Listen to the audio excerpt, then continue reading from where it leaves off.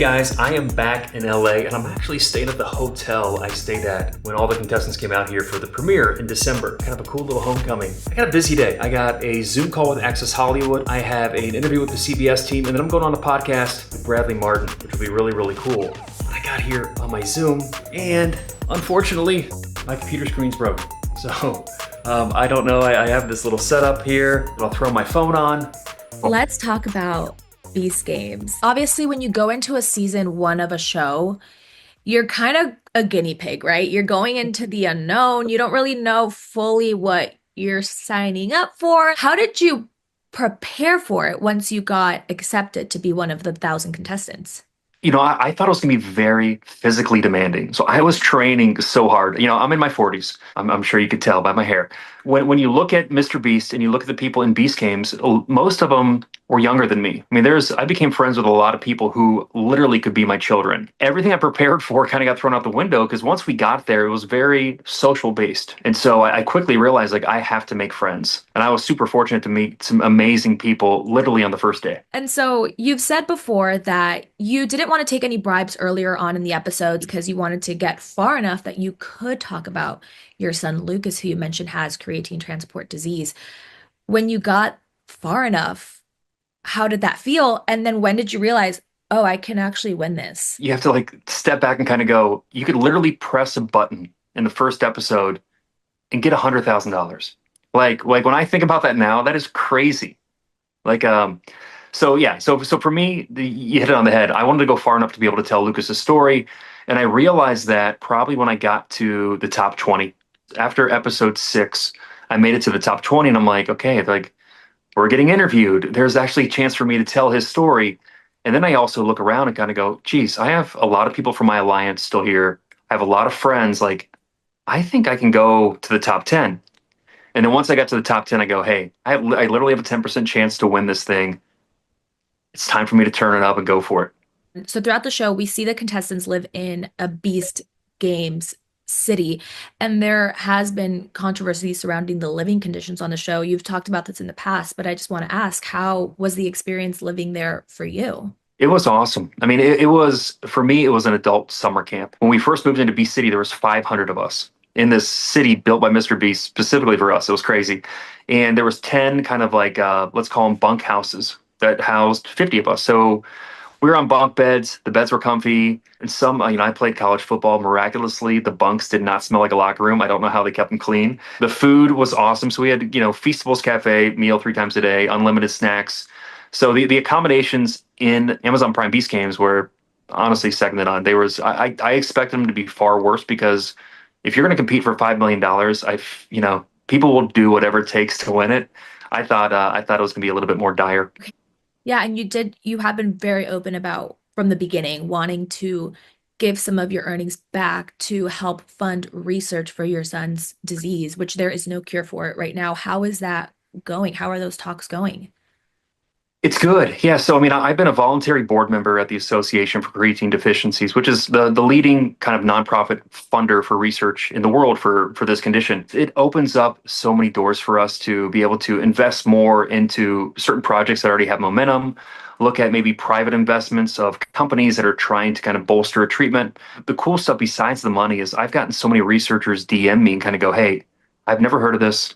I would love to spend some cycles and see if I can help. And we're talking about like researchers from like prestigious universities. So it's neat to see how much people want to help just by knowing about Lucas and his condition. Do you have any advice for anybody going into season 2? Yeah, I'd say, get clear on what kind of game you want to play, and if there's a number in mind that you're willing to take a bribe for, have that conversation with, your spouse. Because, I think one thing is like once you go on these shows, it's an opportunity to show the world who you are. And especially on TV, like on the internet, once it's there, good luck taking it back. Just pulled up to Radford Studio Center. Heading into CBS. I'm going to sit down with Chris, chat a little bit about Beast Games, CTD, kind of what's next. Wish me luck. This is where Mary Tyler Moore, Gilligan's Island, Seinfeld were all filmed. Pretty cool stuff. Here with Chris Hayrie. What's up, guys? How we doing? He's like a local legend here in LA. Yeah. I don't know if I said Video you. Chargers, Lakers, he does the whole gig. This is my first sports podcast, and I kind of feel like since I played college football, I never really got into games. This is my chance to like talk to the reporter. So This is it. stay tuned. You know, Jeff, I see the numbers on, your chest, right? And you're known as 831, Yeah. right? You're just a number. As it progressed, at what point did you really feel like you had a legit shot to win this thing? Yeah, I mean, that's a great question, because initially what my prime driver was, I need to go far enough until there's a camera in my face and I can talk about Lucas. That started happening when we got to the top 60. When we were the top 60, you had to choose physical, mental, or chance. I chose physical. I don't know why I did. I was working out well. I used to play college football. But granted, there's a lot of really fit, strong people. The first challenge, we had to pull a monster truck. So there was 8 people on my team. We were going up against another team. We had to pull a 12,000-pound monster truck over speed bumps. And we were David, they were Goliath. They were Division I at BYU, Division I rugby player. And we just had the smarts. We fortunately knew physics, got over the speed bumps the right way, and won. And after the physical mental challenge, chance challenge, we got down to 21. And when we were in 21, I look around and go, man, I have 4 people from my alliance still here. I know these people pretty well. I have good relationships. I think I kind of have a shot. It really solidified once we got into the top 10. I'm like, hey, it's time to turn up my game. I can still play fair and kind, but I need to... The athlete in me needs to come out. Yeah. As it got closer, I saw an interview that you did, and you kept referring to the number 6, right? The number 6 was kind of showing up everywhere. Take our viewers through what the number 6 meant to you at that time and what it ultimately meant in winning the prize. Historically speaking, 6 meant nothing to me. So again, when I think about number, and I love numbers. I'm a numbers guy. I love prime numbers. 6 is not a prime number. 6 was never a jersey number. Yeah. LeBron, an old LeBron. Exactly. Yeah. I got awarded by Patrick number 930, key number 6 in one of the challenges, which put me into kind of bunk number 6. And then after the top 10, we did a challenge, and I got into the top 6. And then I went in my bunk, and you had a lot of alone time, especially when you get to the top 6. It's it was cold, it was kind of rainy outside, no one wanted to talk to anybody else. I had a prayer book. And I was saying a prayer, there were 6 words in that verse. The number 6 just kept coming up. So when we got to the final challenge, it was a briefcase, on a Lazy Susan. There was 10 briefcases with a number assigned to it. Even before I knew what the game was, I'm like, it's 6. Once we did the challenge, I kind of, it was a bluffing game. I pressure tested 830 Tawana to see if she could tell me where it was. But in my mind, I was already going 6. I don't know if I incepted it. Maybe I incepted it more than I read it. But it was certainly something where I've never felt that level of certainty.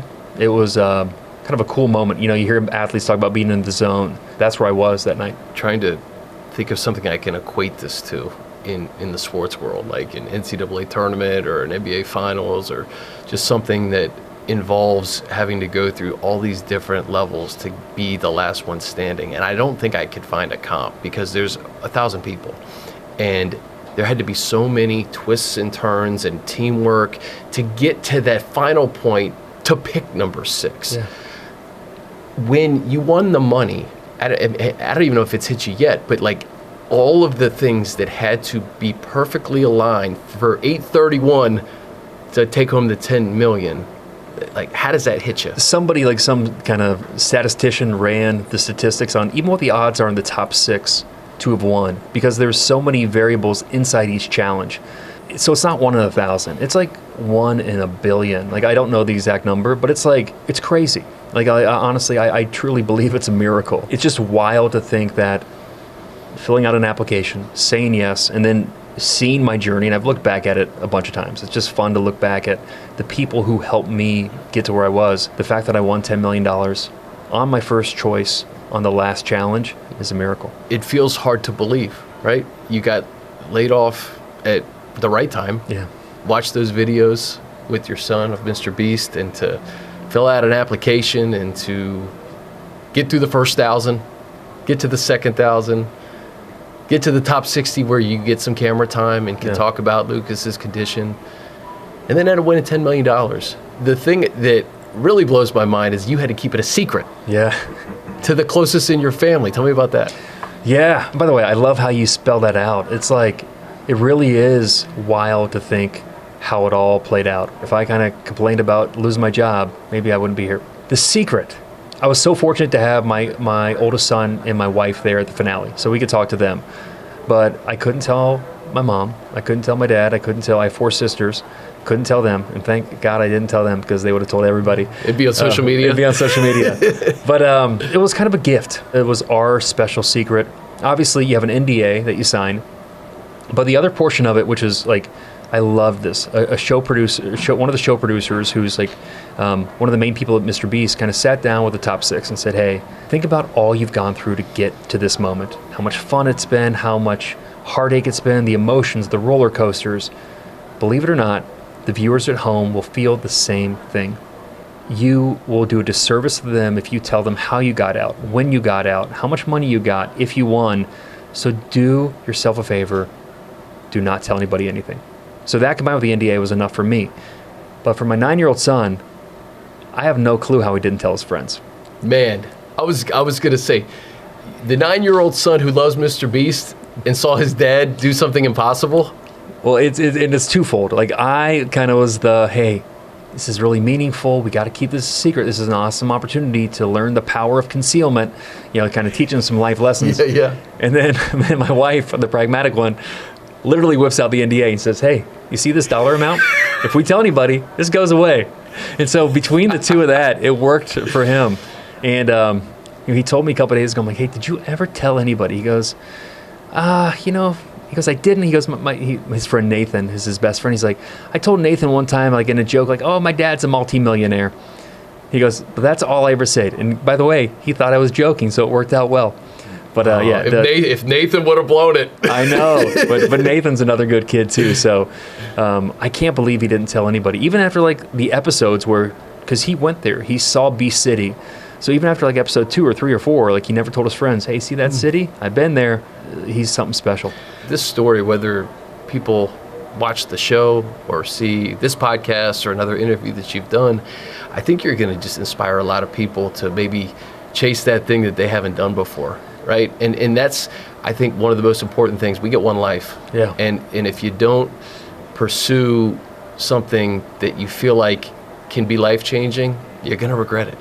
And I think if you have the desire to do something, there's probably a good chance that you have something to share. And like that's one of my philosophies is like, if you have something to share, you're going to keep waking up in the morning. I think the moment you don't share your gifts or the moment where you start to get them taken away.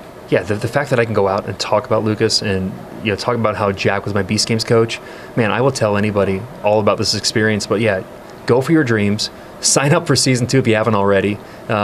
It was a adventure of a lifetime. I encourage anybody and everybody to follow Mr. Beast and sign up for season 2. I'm here at KCAL. This is the news studio. This is like the largest news team in the entire country. This is awesome. Like, take a look. And here's the newscaster. There he is. Man, this is awesome. Like, this is so fun to see. Here's the news desks. What goes on over here? This is where we have breaking news. Our assignment editor will break it. Instead of going straight to a reporter or an anchor, they'll break it right away. It's very like different. It's a differentiator from the market for sure. And these cameras are robots. They move? These cameras are robots. Oh my gosh. So cool. Hey, thank you for having me. This is awesome. Man. Hopefully I get to come back here soon. Now I got to get in the car. Got to head to Raw Talk podcast with Bradley Martyn. I got to hustle. I think I'm late. My first question is really like, are you a plant? Am I a plant? Yeah, Oh, like no. you're just a random contestant. This was my first thing I've ever applied for. Just random human. I'm just a random dad who's Yeah. a sales leader who got laid off by his job last April. You get 10 million just wired to you, right? That's what it is? Yeah, I mean it's Like like a $10 million wire. $10 million wire, like no taxes taken out. And I didn't. But you have to pay taxes on it. Of course. Yeah. Yeah. But I think like Jimmy, kind of like Mr. Beast goes like, his team had a conversation with me. He had a conversation with me. He was like, you have to pay your taxes. He goes, because he loves to do huge things, but he can't do it if I didn't pay my taxes. Yeah, of course not. How much is taxes off that 10 mil? 4? If I didn't do anything with it, it'd be 5 little over 5. So I hate the government so much for that. Yeah, dude, I deal with that obviously, but Well, especially in California too. I mean, like it's just, the highest bracket is 14.4%. But I have charitable deductions. We're trying to find a cure for my son's rare disease. So Yeah. obviously starting a foundation, that's tax exempt. yeah, So I mean, I won't pay 50%, but if I didn't do anything, it'd be 50%, yeah. which is crazy. What is the first thing that you bought with 10 million? We didn't do anything too crazy. I wish I had, like, we went on a family vacation to Maui. Yeah. And we didn't, like, my wife, one of the reasons why we're good financially is like she looks at every penny, and we're like, hey, we're not looking at anything we spend, whatever food, whatever toys, whatever they want to do, we're doing. Yeah. And it was a blast. That sounds amazing. It was good. Why do you think certain people are just dealt certain hands like that? Like it's like a weird. I love it. You want to go deep. Yeah, I got curious. Yeah, no, I think Lucas's soul chose this body. I believe that, like, his soul said, hey, like, maybe we made a contract in another life where, like, I said, hey, like, I need to learn a lesson, but I need you to come back as my son. I believe that we're here to kind of get closer to God, like Yeah. communion with God. And God is not, in my mind, it's like an energy too. It's Right. It's like the ultimate cause and effect. You can't run from it. Obviously, it gives me peace of mind to think that maybe we made this contract together. He's a happy boy. He doesn't have enough cognitive development to, like, think about tomorrow or worry about yesterday. Imagine this was a fixable thing. Let's say it was able to be fixed in the next 5 years. Would that mean he would have to start from a younger age, obviously at an older age, and then like Yeah, integrate? Every doctor or researcher we talk to say, hey, if we get creatine to his brain, like, you'll see a marked difference. Like, you'll see he's not going to catch up. He's not going to be 22 when he's actually 28. Like, he will be kind of developmentally behind. Challenge, yeah. But he will be able to do stuff on his own. It's Yeah. like right now he needs help with almost everything. And I'm telling you, like, he inspired me to get on a game show and win $10 million. Yeah, it's which almost is like crazy. You created a foundation for your son with the money. That was the main thing. We're doing it right now. Yeah. Yeah. So it takes longer than we thought, but yeah, the ultimate aim is, how do we fund research? I'm blessed to have a wife who's, looks at this not just as a problem, but like, Lucas is a gift to us. But not every family's like this. Like, I think there's a lot of families that obviously don't have $10 million that we Yeah. need to try to help. And Yeah. the best way to do it is, can we fund research to get creatine to their brain? So, fast forward 10 years, a child who's born with it can get diagnosed and have a treatment within a week. You didn't want to buy a Ferrari or something? I mean, sports cars weren't really my thing. But I mean, you didn't think about it? I mean, I've seen some, I like nice classic Porsches would be. Oh yeah. A 1960 Porsche would be Oh sweet. yeah. I'll eventually have to get a bigger house for my son. Yeah. We live in the Bay Area. We live in kind of like a shoebox.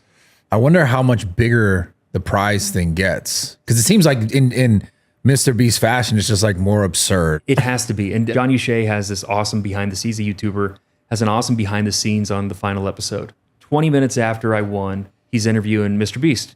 And he's like, how do you top this? And Mr. Beast is like, oh, don't worry. We will. Yeah. That's just how he does it. It's like one big spectacle after another. So I personally cannot wait to watch season 2. Like, I think it's going to be so much bigger than the season 1. You like social media? I know I didn't. Okay. So like this is like totally new to me. I had like 500 followers on Instagram in December. But what was your perspective of just people who do social media before you were like kind of in the mix? I think my favorite subscription is YouTube Premium.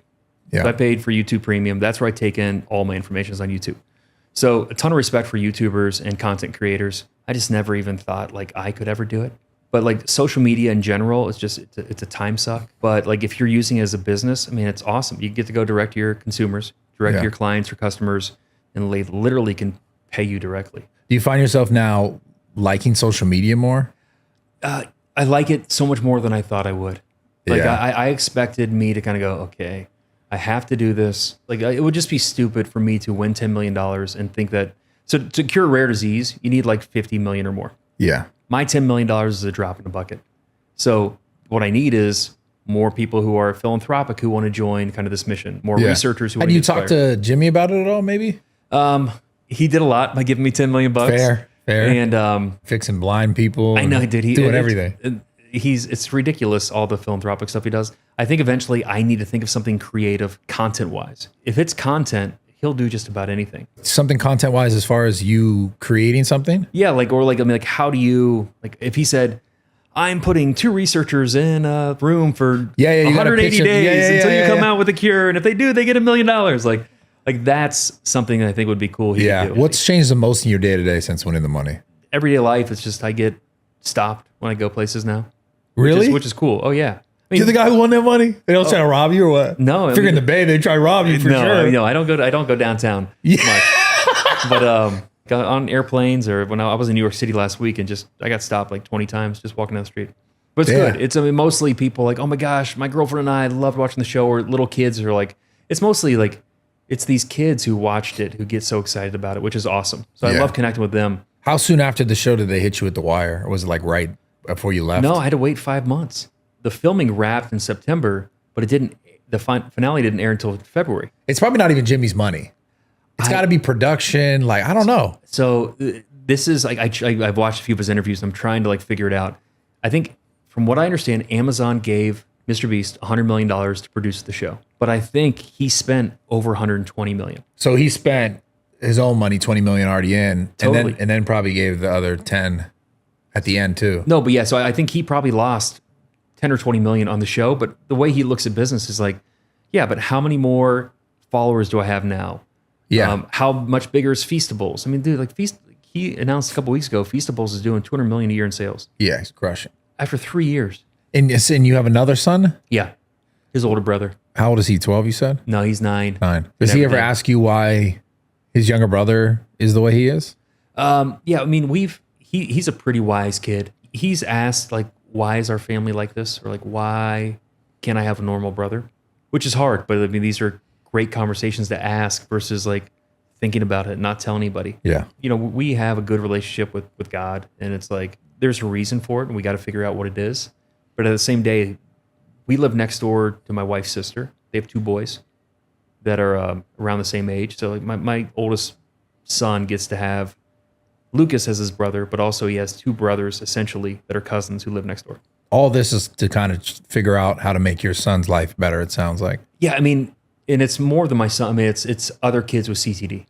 So like the condition, you know, in a perfect world is, can we get to a world in 10 years where if you're born with it, it's no big deal. You get diagnosed, you get a treatment, whether it's gene therapy or you actually have a treatment that you could take every day or every other day. That's the ultimate goal. Do they know what causes it? We did all the genetic testing, my wife and I did. None of this came up because she's not a carrier. So spontaneous mutation in utero. So while he was in my wife's belly, somehow spontaneously the gene got what they got misspelled Yeah. and just made it defective. So crazy. It is. I mean, Just but to- just it to- makes you realize how like things have to go perfect Yeah. to like create a life. Do you have any idea of what you want to do in the social media space now besides just podcast? I mean, I like the rucking across California was a ton of fun.